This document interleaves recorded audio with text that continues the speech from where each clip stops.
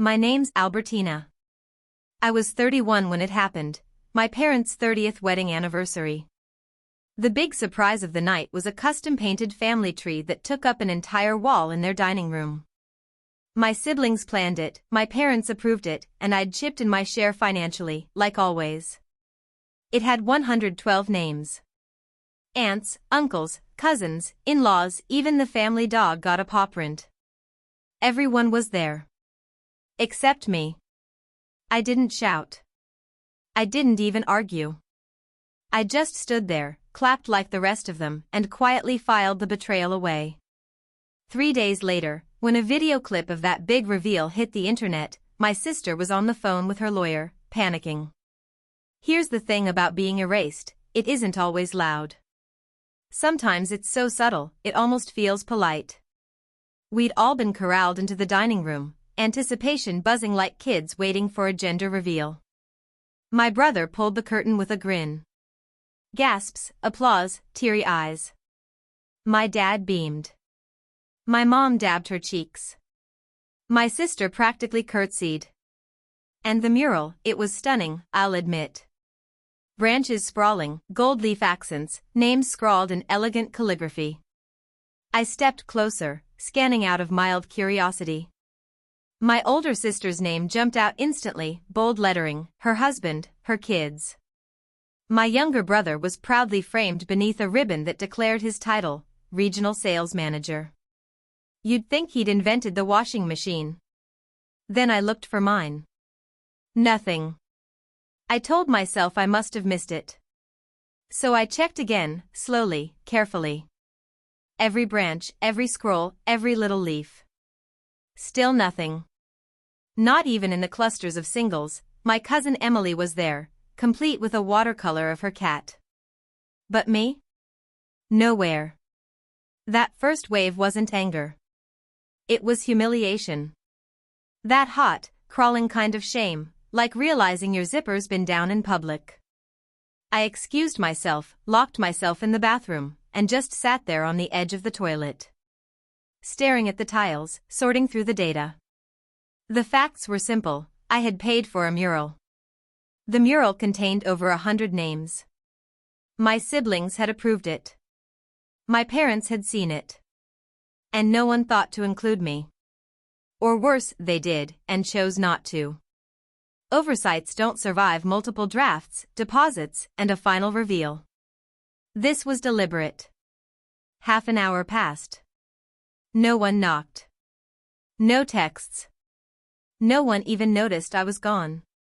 When I finally stepped back out, the party was still buzzing, people posing for selfies beside the tree. Like they were winners. I walked up to my mom, still smiling, and asked lightly, "Don't you think something's missing?" She blinked. Missing? Who? Me, I said, still smiling. Oh, that, she murmured, straightening napkins. We just figured you wouldn't want to be on it. You're not really into legacy. From behind her, my dad chuckled. Yeah, we assumed you'd just roll your eyes at the whole thing. That was it. They'd known. They'd approved it anyway. I nodded once, turned, and left. No one stopped me. No one followed. I didn't go home right away. I had other plans, quiet, careful ones. Plans that involved a very old, very organized folder I hadn't touched in years. I said nothing that night. But 3 days later, they saw my name in a place they never expected. And this time, they couldn't erase it. Here's the part I've never told them, I'm autistic. I didn't have the word growing up, but I knew early that I was the wrong kind of different. In my family, different meant defective. One of my earliest memories? Telling an aunt her new haircut looked uneven, because she asked me what I thought. I thought I was helping. My mom dragged me aside and called me rude. My dad added, "Learn tact, or you'll never have friends." I was grounded 2 weeks for a haircut opinion. Meanwhile, when my brother later called that same aunt a pink sheepdog, everyone laughed. That's how it always went. My siblings, Jake and Elise, were the golden children. Loud, charming, social butterflies. Elise could say the same thing I did and get applause. I said it and got mocked for trying too hard. Jake barked at me like a dog just to watch me flinch. Elise mocked my voice in a whiny falsetto. My parents saw it. They laughed too. You have to admit, Albertina, you do sound like that. I spent my entire childhood rehearsing, editing, shrinking myself just to survive in a family where I was never meant to belong. That mural wasn't a mistake. It was a confirmation. And that's why, when they erased me in paint, I chose to write myself back into the story, this time in ink they couldn't wash away. What I never once heard was, cut it out, stop teasing your sister. So, I turned inward. Tried to fix myself. Not because I loved self-help books, or because networking fascinated me. No. I did it because I was desperate. My shelves were lined with titles about body language, social rules, communication, how to talk to anyone, social skills for kids. I didn't read them casually. I studied them like my survival depended on passing some invisible exam. 3 seconds of eye contact, then glance away. Smile when you say hello. Nod here and there. Ask questions. Don't ramble. Don't interrupt. Don't correct. I rehearsed in mirrors. Recorded myself to check if my voice sounded odd. Observed other people, replayed their gestures in my mind. Still, at every gathering, I ended up on the sidelines, too quiet, too serious, never fun enough. By 16, I was still sitting at the kids' table, not because I wanted to, but because no one made room at the adults. And when I did force myself in, smiled at the right time, copied the right tone, they'd squint at me and ask, "Why are you acting like that?" I couldn't win. Being myself made me a problem. Masking made me weird. Either way, I lost. School was different. I thrived there. Not socially, but academically. Science, coding, algorithms, those made sense. They didn't care if I smiled wrong. They just worked, or they didn't. I earned a full scholarship for biology and computer science. Finished my PhD, taught classes. Did research. I make more money than anyone else in my family now. But the only time they mention it is when there's a big family expense, then it's, "Can you chip in a little more? You're doing so well." And I always did. Hoping, foolishly, that maybe this time it would matter. I first wondered if I might be autistic at 25. I stumbled on a forum about burnout in women, and post after post felt like someone had cracked open my own mind. Women describing masking, faking social ease, studying interactions, collapsing after birthday parties. I didn't feel seen. I felt exposed. So I researched. Read studies, blogs, essays. Took 3 different online assessments. Scored sky high on all of them. Still, I wanted certainty. I found a specialist, went through hours of evaluations. The result confirmed what I already suspected, autism spectrum disorder. When I told my family, it went like this. Mom kept fussing with her tea and said, "You? Don't be ridiculous. You just hate parties." Dad shook his head, "You're way too smart to be autistic." Jake smirked, "So now we're supposed to tiptoe around you? Elise?" She smiled, "You've always liked labels." This is the same Elise who built her entire brand on neurodivergent inclusivity. Who features autistic models in her campaigns. Who gives interviews about representation. And yet she was the one who organized a mural with 112 names, and left mine out. That wasn't forgetting. That was erasure. If I hadn't walked into that dining room and seen that wall for myself, I might have wasted another decade trying to improve, trying to shrink myself into someone worthy of inclusion. But now I knew. They never wanted me in the first place. So, I stopped. No yelling. No tearful monologues. I didn't leave the group chat with fireworks. I just went silent. Muted threads. Archived texts. Turned off read receipts. And I started pulling the plug. First, I canceled the automatic payment that quietly covered part of my parents' property taxes. Then I backed out of the so-called family events fund that had turned into Albertina pays for everything we overlook.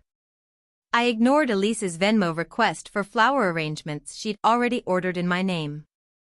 I wasn't funding people who refused to acknowledge me. At first, no one noticed. The chat buzzed along with selfies, party stories, inside jokes. Then someone asked about a missing deposit for Lily's daughter's birthday. Did Albertina's part go through? It hadn't. Elise excused me with, she probably forgot. She gets overwhelmed. Overwhelmed. That's their favorite word. Not autistic. Not excluded. Just overwhelmed. Like I tripped over my own shadow again.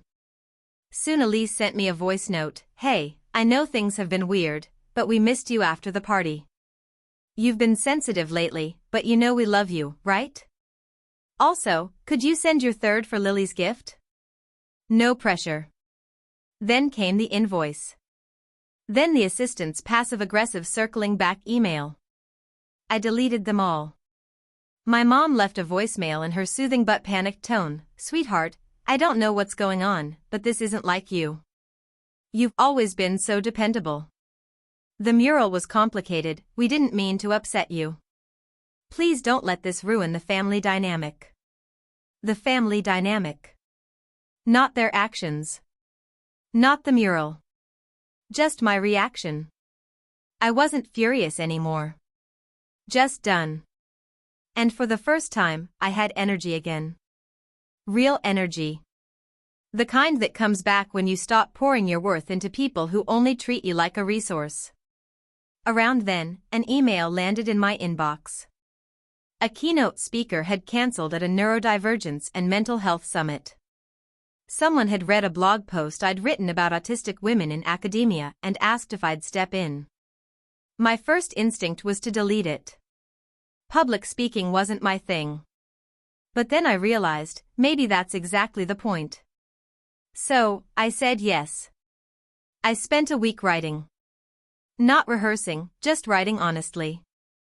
I opened with a story about a girl who always brought the extra cupcakes, chipped in more than her share, filled every gap, stayed outside the circle but kept showing up. I told them how she read 13 books on social skills before turning 12, desperate to stop making people uncomfortable.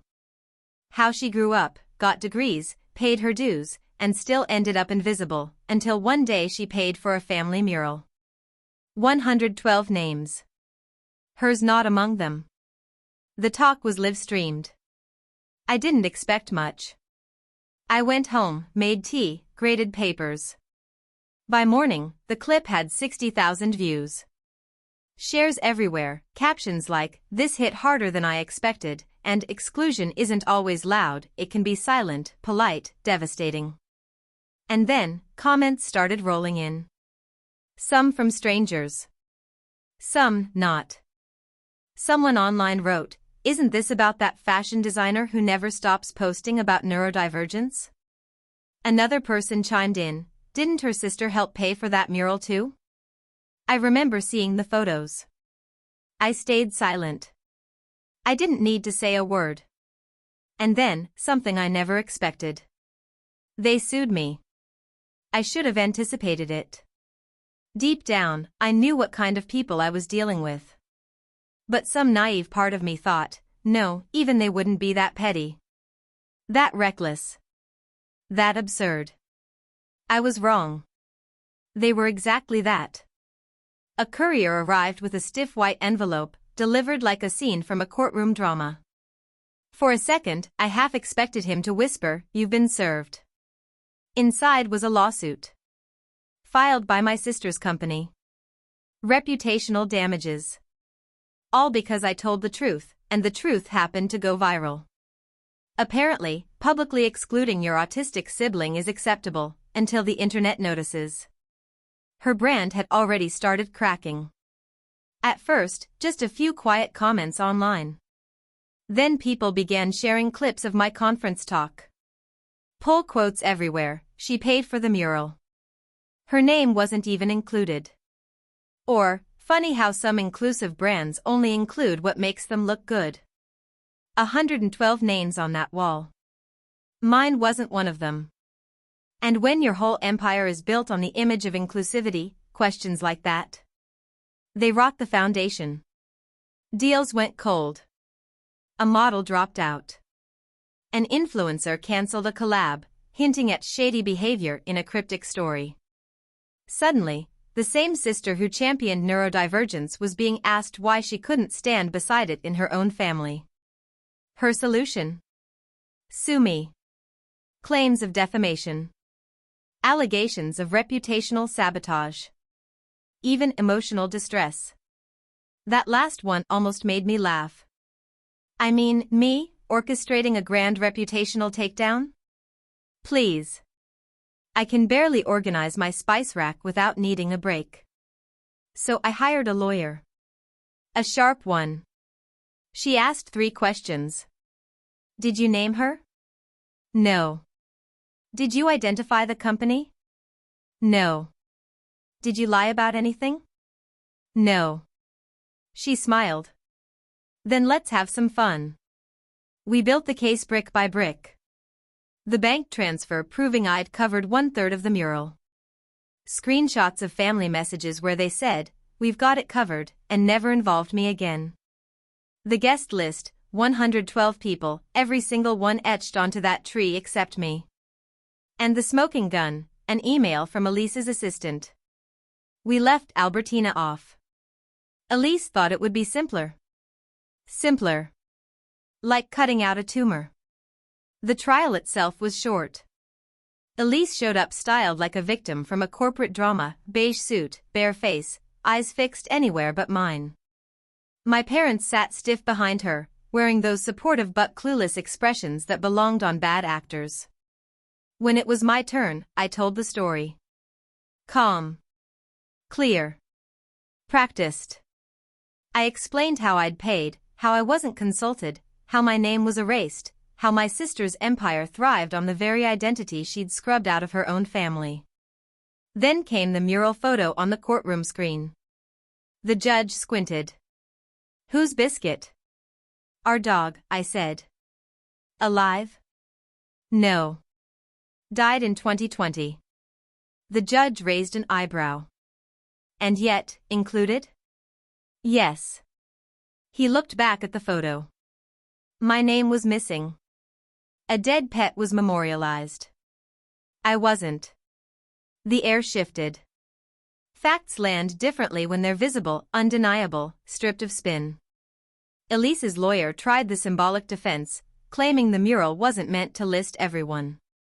My lawyer zoomed in, pointing out the nicknames, the marriage dates, the little gold foil acorn under Jake's name labeled first to own a home. Symbolic, she asked, or meticulously selective? The jury didn't need convincing. Case dismissed. Elise ordered to cover my legal costs. She never looked at me. My mother did, though. And her face wasn't angry, or even ashamed. Just flat. Blank. Like she was staring at a machine she couldn't figure out how to operate. Wishing she could rewind. But there was no rewind button. After that, everything unraveled quickly. Elise's company lost 2 investors. Then came a lawsuit from one of her models, neurodivergent, underpaid, mistreated. Elise issued a pastel apology post about listening and learning. It was shredded within hours. Within 6 months, her brand collapsed. 3 months later, my parents sold the family home quietly.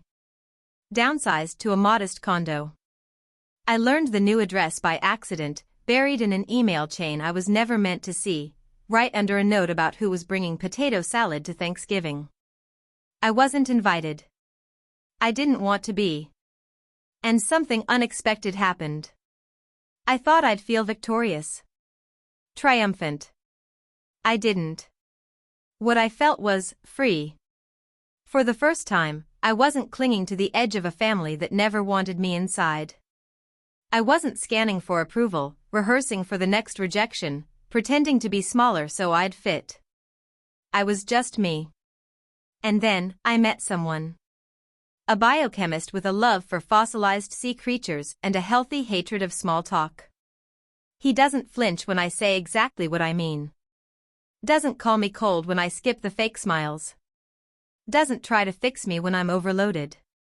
He just asks, do you want quiet or company?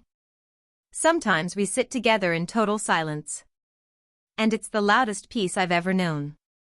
I used to believe if I was kind enough, helpful enough, polished enough, my family would finally see me. But now I understand, I don't need to be seen by people who only looked when I was useful. I see myself. And that's enough. It's been years now. I've gone to therapy. Not the type where they tell you how to behave, but the kind where you finally get to ask, who am I when I'm not performing just to survive? Unmasking isn't instant. It's slow. Messy. Uncomfortable. Like peeling off a costume you didn't even know you'd been wearing and realizing you've never actually seen your own face. Sometimes I still slip back into it, masking like emotional sunscreen. But most days, I live without it. Fully. Honestly. I'm engaged now. To someone who loves the unedited version of me. That still feels surreal to say out loud. I haven't spoken to my family since the lawsuit. I don't plan to. For so long, I thought I'd collapse without their approval. Turns out, I was collapsing with it. Now I'm alive. Not because life is perfect. But because I no longer feel the need to prove I deserve to exist. And sometimes, late at night, I wonder. Did I go too far? Or did I finally go far enough? Tell me what you think in the comments. And if you want more stories like this, hit subscribe.